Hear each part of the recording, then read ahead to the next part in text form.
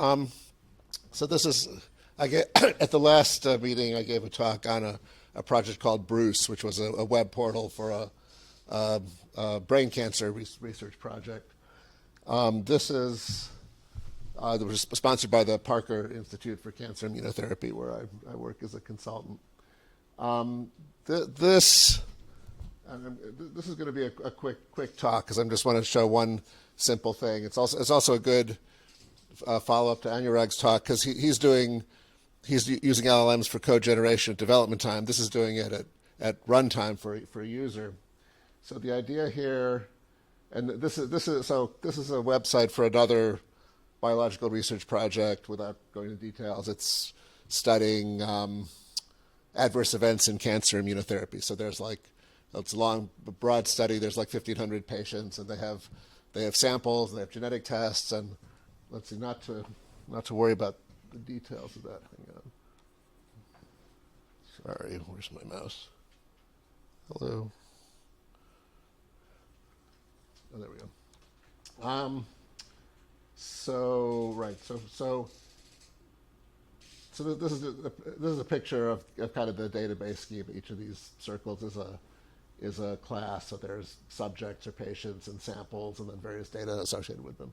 This is generated by a schema management system called Alzabo that I've also written. All of this is in Clojure and Clojure script, by the way. The thing I wanted to show off now, this is a natural language query system. So in the past, I've done a lot of visual query builders for this kind of data, but now we have LLMs, and so I figured, why not try natural language? So actually, let me make this bigger. There we go. So here's a bunch of sample queries you can ask. So samples from Asian patients. Click that. It thinks for a while, and there they are. So, but what it does behind the scenes is it passes that to an LLM and generates a query in Datalog, which is a query language for Datomic. I don't know if people are familiar with Datomic. It's a graph database from the Clojure community. So this is basically a Lisp or Clojure structure representing the query, and it's generated by passing the query, the schema, and a bunch of samples to an LLM and having it do its thing. So we can let's try a different query.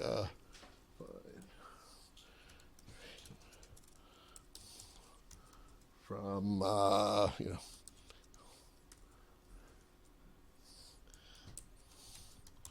with melanoma.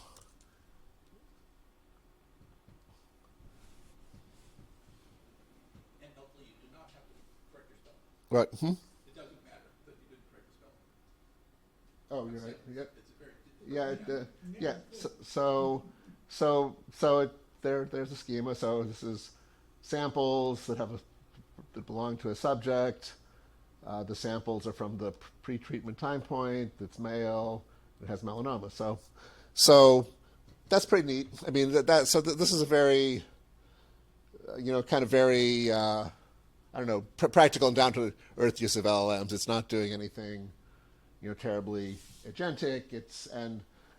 But it's also getting around the problem that LLMs are unreliable. Here we're using the LLMs to just generate the query. The actual data is coming from a real database where everything has been structured and vetted, so you know that the actual results are correct. So, and then so that's basically the idea. It'll also show you the LLM also gave some text explaining what it's doing. Which you can see there, and then there's an object inspector, so you can kind of browse through the results. So I don't know. It's very basic. I'm feeling that this kind of interface is going to be very common in the future. I'm trying to think about how to package this up so you can point it at any database, maybe generating SQL instead of Datomic, since that's more common and there's more examples out of there. But as somebody, I've spent a lot of my life building, complicated UIs for people to do complicated query-like things, and now I decided, I can stop doing that and have LLMs do it. So that's it. Just a very kind of basic practical use of LLMs and leveraging kind of this schema, the regularities of a graph-based language and Lisp. That's it. I, for one, welcome non-pedantic user interfaces. Yeah. Yeah. Yeah. So at what point will the table disappear? If you extrapolate even further into this is an example of kind of inserting the LLM into this one place. If you look down the road, do you see even further kind of deconstruction or morphing of the interface? Yeah, well, it kind of depends on the use case. And in fact, the version I'm working on now is taking this and also having a data visualization component. So you can say, find all these patients, then draw me a histogram of their ages or whatever, which that's also straightforward. But could you ever imagine just straight up you open up and it's a chat window and nothing else, and it starts from there without even providing all these other buttons and Yeah, then you have chat. Then you've reinvented ChatGPT basically. But yeah, yes, I'm sort of yes. And that's might be even more common. Is it better or worse for your context? It kind of depends on the use case.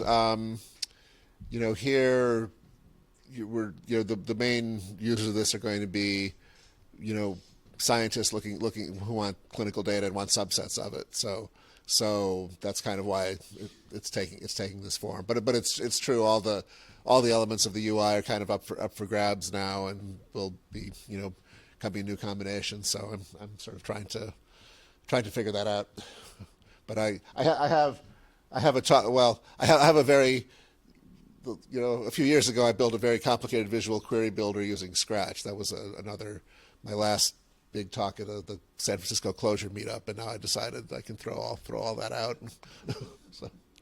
so one must stay flexible in this world. Yeah.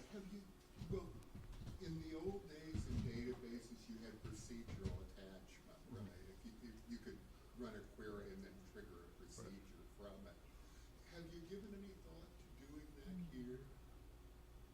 I haven't thought about it. It's pretty natural. It kind of fits into the you might. I'm not sure the database would be the right place for that, because LLMs have equivalents of that too these days. I mean, that's kind of venturing into the domain of agentic stuff. Right. I guess. You haven't seen a need for it so far with what you're doing.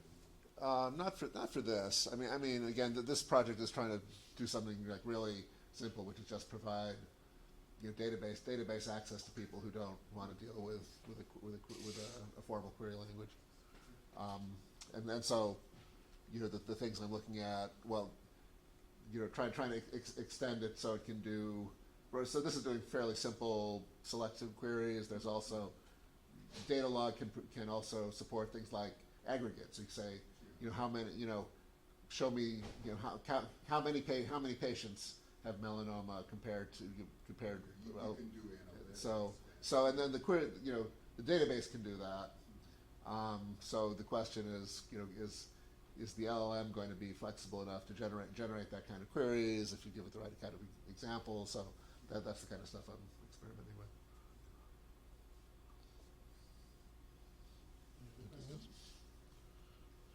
All right, thank you. All right.